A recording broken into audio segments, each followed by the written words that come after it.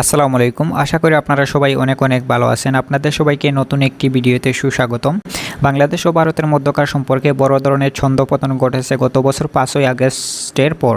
ছাত্র বিক্ষোভ ও গণ উত্থানের মুখে শেখ হাসিনা ক্ষমতাচ্যুত হয়ে দেশ ছেড়ে ভারতে আশ্রয় নিলে দুই দেশের সম্পর্ক তলানিতে গিয়ে ঠেকে।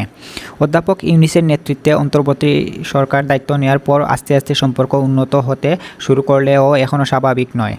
বিশেষ করে বাংলাদেশি নাগরিকদের ভিসা দেওয়ার ক্ষেত্রে সমস্যা রয়েই গেছে।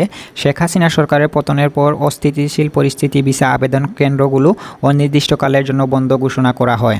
আগস্ট মাসের মাঝামাঝি সময় সীমিত পরিসরে ভিসা আবেদন কেন্দ্র খুলে দেওয়া হয়। এরপর 16ই আগস্ট ভারতের পররাষ্ট্র মন্ত্রণালয়ের তরফ থেকে বলা হয়, পরিস্থিতি স্বাভাবিক না হওয়া পর্যন্ত কেবল সীমিত পরিসরে জরুরি ও মেডিকেল ভিসা ইস্যু করবে ঢাকা ভারতীয় হাই কমিশন। পরবর্তী ট্যুরিস্ট ভিসা ছাড়ার সব ক্ষেত্রেই সীমিত পরিসরে ভিসা দেওয়া হচ্ছে বলে জানায় ভারতীয় দূতাবাস।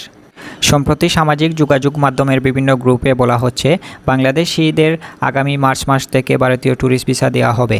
তবে এই দাবির পক্ষে সুনির্দিষ্ট কোনো সূত্র উল্লেখ করা হয়নি। বিষয়টি নিয়ে ভারতীয় দূতাবাসের সঙ্গে যোগাযোগ করেছে চ্যানেল 24। দূতাবাস ইয়ং-এর পক্ষ থেকে জানানো হয়, ট্যুরিস্ট ভিসা ছাড়া সব ক্ষেত্রেই বাংলাদেশিদের সীমিত পরিসরে ভিসা দেওয়া হচ্ছে। তবে ট্যুরিস্ট ভিসা চালুর বিষয়ে এখন পর্যন্ত কোনো নির্দেশনা পাওয়া যায়নি।